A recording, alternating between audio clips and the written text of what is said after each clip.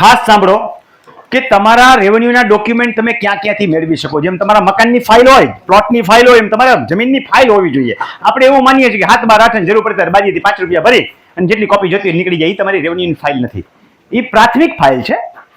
કે પહેલા તમારે તમારો હાથ બાર સર્વે નંબર યાદ હોય એટલે હાથ બાર આઠ અને ઉત્તરોત્તર હકપત્ર કઢાવી લીધા, એ તમને ઈ ધારામાંથી મળ્યા. એના કોઈ પણ સાધનિક કાગળો જોઈતા હોય એની વિશે પછી આગળ વાત કરું છું, તો એ તમને તમારા તલાટી મંત્રી પાસેથી મળે અરજી કરવાથી. એટલે આ સફિશિયન્ટ ડોક્યુમેન્ટ નથી. જમીનના માલિકી રિલેટેડ ડોક્યુમેન્ટ છે ખાલી. જમીનના ક્ષેત્રફળ અને મૂળભૂત માલિકી રિલેટેડ ડોક્યુમેન્ટ હોય એ તો તમારે DILR કચેરીમાંથી મેળવવા પડે. એ સિવાયના કેટલાક ડોક્યુમેન્ટ સંઘર્ષ કરીને મેળવવા પડે.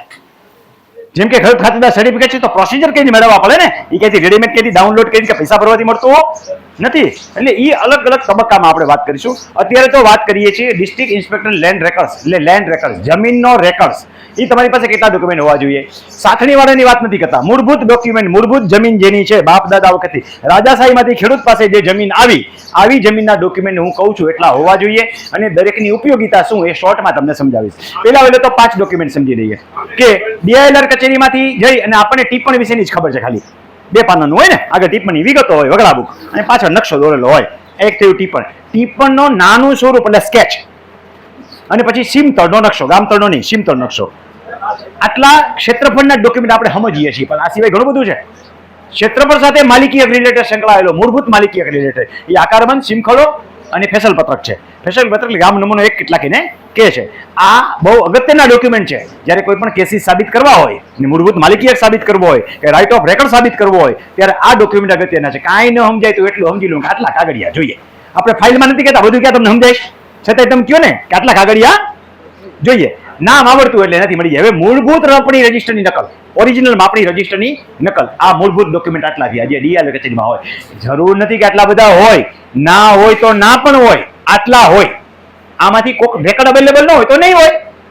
તો તમને સંતોષ ન થાય કે રેકર્ડ અવેલેબલ નથી એમ કહી દીધું તો RTI કરી લેવાની. RTI કઈ નસો તો આપી દેશે, નહીં હોય તો પછી માની લેવાનું હવે રેકર્ડ અવેલેબલ નથી. તો આટલા મૂળભૂત ડોક્યુમેન્ટ થયા તમારા. હવે શું જોઈએ? હવે આપણે કઈ કઢાવતા જ નથી. નવા ડોક્યુમેન્ટ પ્રક્રિયા કરી તો નીકળે, ઘરે બેઠા બેઠા નીકળી જાય નહીં. દર ખેડૂતોએ 5 વર્ષે એકવાર માપણી કરાવી લેવી જોઈએ. 5 થી વધારે વખત પણ કરાવવી જોઈએ.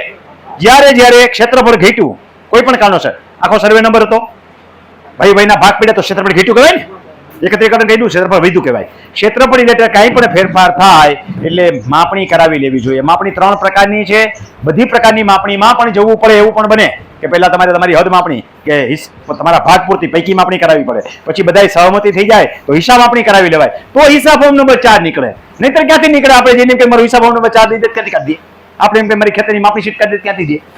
MTR વાળી માપણી જોડી છે, ઓનલાઈન રજિસ્ટ્રેશન નંબર વાળી માપણી છે. ધીમે ધીમે એક પછી એક બધા તબક્કામાં જોઈશું. એટલે આપણે કેટલા ડોક્યુમેન્ટ મળે એની વાત કરીએ તો માપણી શીટ અને હિસાબ ફોર્મ નંબર 4 આ થયું હોય તો KJP હોય 15 અને હો નંબરનું પત્ર ને પપ્પુ પત્રક 5. પપ્પુ તો બધાને ખબર છે, પણ આપણે છીએ પપ્પુ દેવા.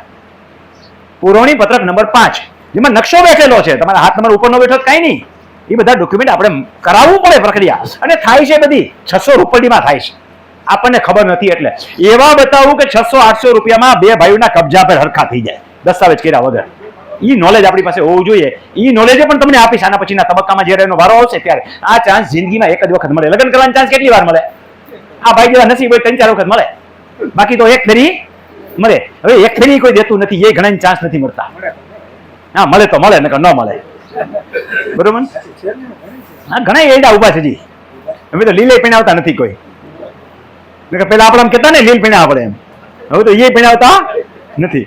તો ડોક્યુમેન્ટ આપણે કરવા પડે અને એ જ માન્ય ગણાય. અને તો લેન્ડ ગ્રેબિંગ થઈ હોય તો દફતરે થઈ જાય.